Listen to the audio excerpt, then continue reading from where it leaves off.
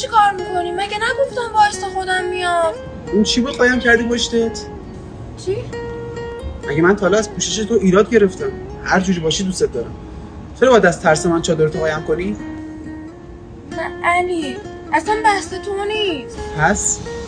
من به خاطر خانواده‌ام برای اینکه بذارن از خونه بیام بیرون مجبورم نشون بدم که منم شبیه اونا. ولی من همین پوشش الانمو دوست دارم. خب بخوای من با مادرت صحبت کنم؟ صحبت کنی؟ اونا اگه بفهمن من با یه پسر در ارتباطم منو میکشن. البته برادرم اینجوری نیست، هر جایی بخواد میره، هر کاری دوست داره میکنه. اما من دختر، آخه تو حق زندگی داری. من حتی از حق طبیعی خودم هم محرومم. ولش کن، بریم تا قبل اینکه بابام بیاد باید برگردیم.